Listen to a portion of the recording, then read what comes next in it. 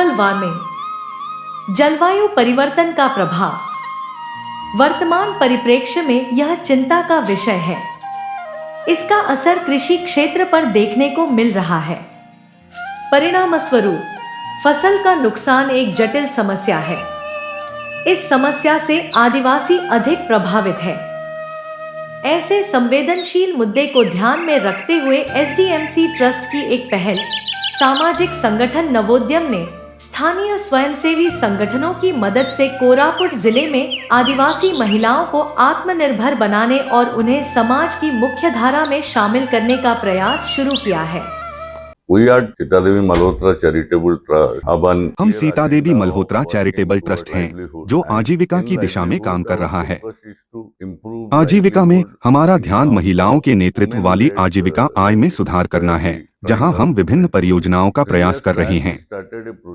3 साल पहले हमने ओडिशा की कोरापुट जिले में एक परियोजना शुरू की थी, जिसमें 2000 महिला किसान शामिल हैं और इसका उद्देश्य बाजार से जुड़ाव दिखाते हुए विभिन्न तरीकों से हस्तक्षेप करके कृषि में उनकी आय दोगुनी करना है। नवोद्यम के प्रयासों से महिला किसानों का वित्तीय सशक्तिकरण नामक एक परियोजना शुरू की गई। इस परियोजना में कोरापुट जिले के सेमिलीगुड़ा और पट्टांगी ब्लॉक की 2000 महिला किसानों को शामिल की गई थी। कोरापुट जिले के वार्ड और प्रस्तुति जैसे स्वैच्छिक संगठन इस परियोजना के कार्यान्वयन के प्रभारी थे। पानी सुविधा किसी नोतिला, जमी बाड़ी फोड़ी रोतिला। पहले फसलें केवल वर्षा जल पर निर्भर होकर उगाई जाती थी। कुआं खोदने के बाद हम डीजल पंप सेट लेकर आए, जिसमें सिंचाई पर्याप्त नहीं हो पाए। फिर बढ़े डीजल के दाम। स्वयंसेवक हमारे गांव आए और एक बैठक किए। हम एक सोलर पानी के पंप लगाने के बाद अब 20 से 30 किसानों के खेतों में सिंचाई की सुविधा हो पा।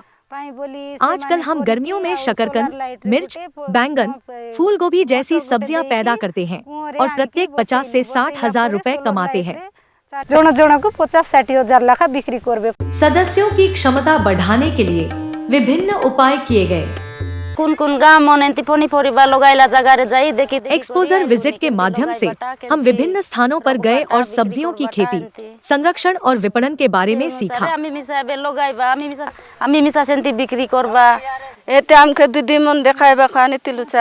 हम बहनों के साथ खेत देखने आए थे। हम रासायनिक खाद का प्रयोग कर रहे थे। यह अच्छा नहीं था। वर्तमान तरल खाद का उपयोग कर रहे हैं। फसल अच्छी हो रही है। पर्यावरण अनुकूल बीजों को बरामद कर बीज बैंक में संग्रहित किया गया। हमारे पूर्वज देशी बीजों का प्रयोग करते थे, लेकिन हम बाजार से खरीदते थे। यह अच्छा नहीं था, इसलिए हम भी पुराने बीजों का उपयोग करके आदान प्रदान भी कर रहे हैं। हम स्वयं देशी बीज उगा रहे हैं और बचा रहे हैं। पहले बाजार से खरीदे गए बीज निम्न गुणवत्ता वाले और कीड़े लगे हुए होते थे। नुकसान हो रहा था, इसीलिए हम फिलहाल देशी बीजों का इस्तेमाल कर रहे हैं। मौजूदा खर्च घट रहा है। किसानों को स्थानीय संबलों का उपयोग करके कम लागत वाले जैव उर्वरक और कीटनाशक बनाने का तरीका सिखाया गया। सदस्य कम लागत पर तरल उर्वरकों जैसे बीजामृत का उत्पादन करने और बीजों का उपचार करने में सक्षम हुए।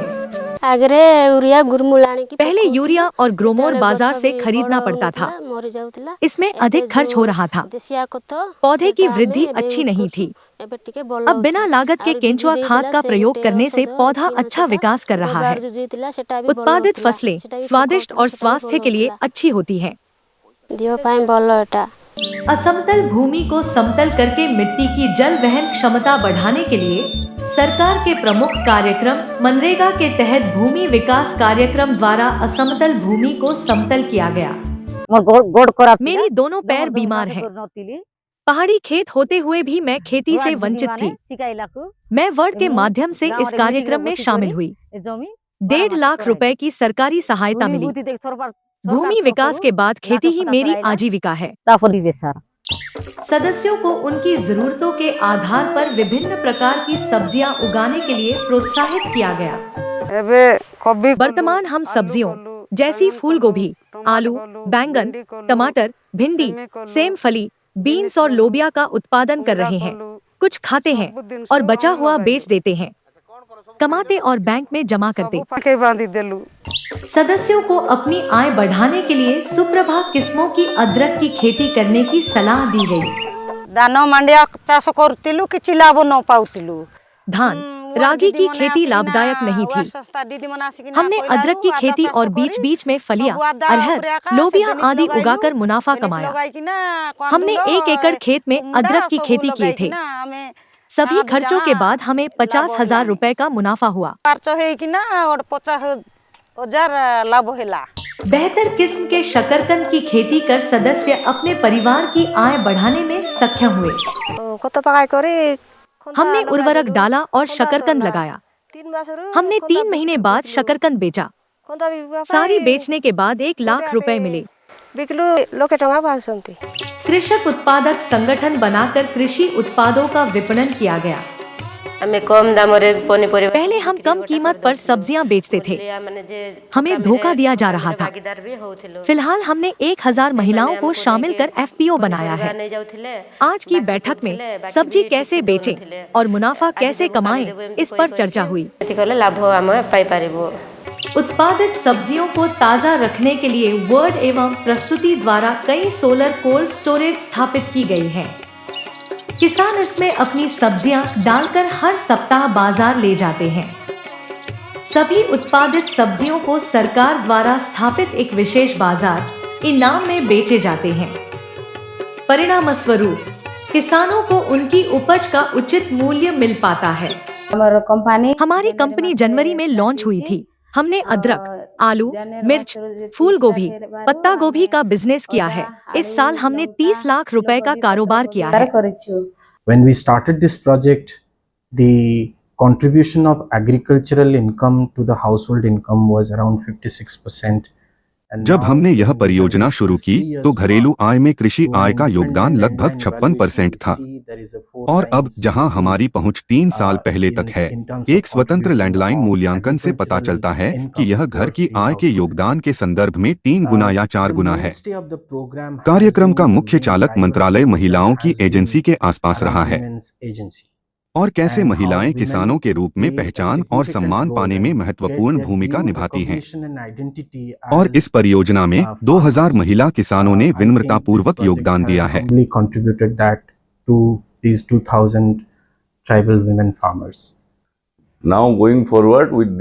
अब आगे इस प्रकार के प्रोजेक्ट सफल हो रहे हैं। हम बाजार संपर्क पर APO को और मजबूत करना चाहेंगे और हम इसी तरह के दृष्टिकोण के साथ इस मॉडल को अधिक गांवों और अधिक क्षेत्रों में दोहराने का भी प्रयास करते हैं। स्वयंसेवी संस्थाओं के प्रयासों से स्थानीय सदस्यों का आत्मविश्वास बढ़ा है और उनकी आय 3 गुना हो गई है। साथ ही वे पौष्टिक भोजन का उपयोग करके अपनी खाद्य सुरक्षा को मजबूत करने में सक्षम हुए हैं।